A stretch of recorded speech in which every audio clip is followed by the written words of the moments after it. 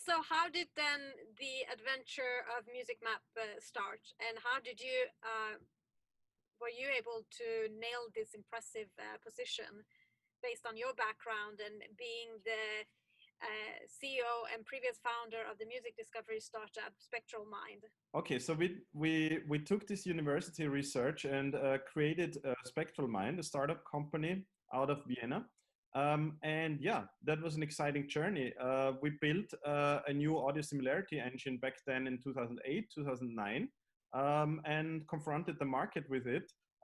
We figured out it was a bit too early, so people were still busy with managing all the traditional metadata, getting the album cover and album title and artist title right.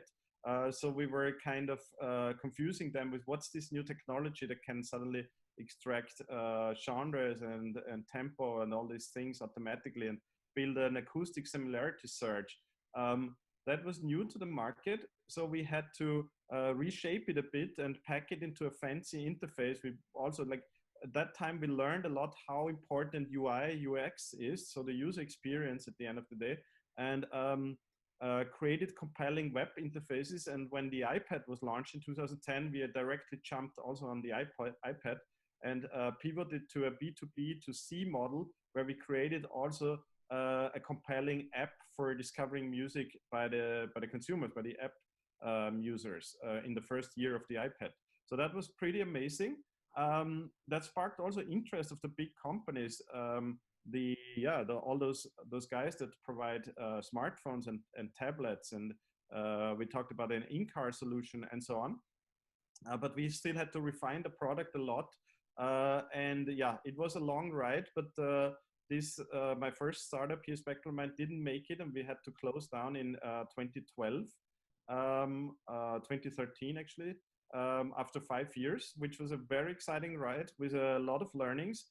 And I do not want to miss the startup life. And I went back to university to continue the research for 2 years, and was part then of a project called Music Bricks.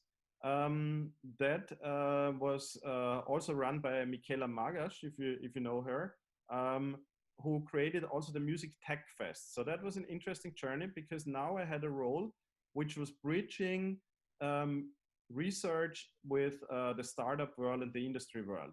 And that was the perfect role for me at that time, because I had learned and seen both worlds, university research, academic research, and then what you need as a startup, that you don't need necessarily the best technology up to 100%, but you need to build a compelling product that sparks people's interest and is usable. So all these factors we didn't count in the beginning.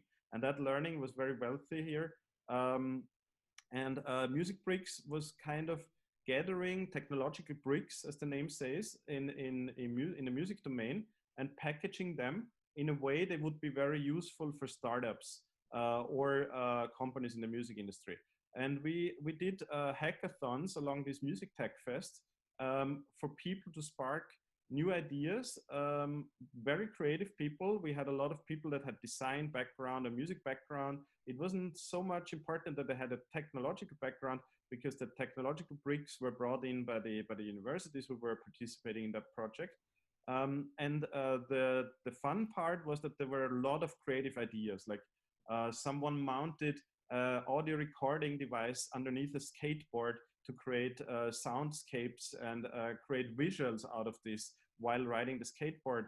And or things that determine how you play the guitar, and adapts an AI that adapts and suggests your rhythm, or suggests you new stuff to play based on your flow that you have while playing. And there was a lot of creative ideas. Some of them were pursued into startups, and we provided the tech and the advice for this. So this project lasted 18 months, and then that was a very nice achievement. And towards the end of the project, at one of these Music Tech Fest events, I met Musimap, and that was the exciting part here. So that was a key moment, because we sat together at dinner, and after talking for a while, it was very clear that I would be super eager to join a company like Musimap, and Musimap would be super eager and in need of a guy like me that had some background in semantic audio analysis and using machine learning to analyze music, and that's exactly what they needed at the time. So I was there at the right time, and also my project ended, so it was an obvious choice to join Musimap at the time. That was late 2015, early 2016 when we got together as a team.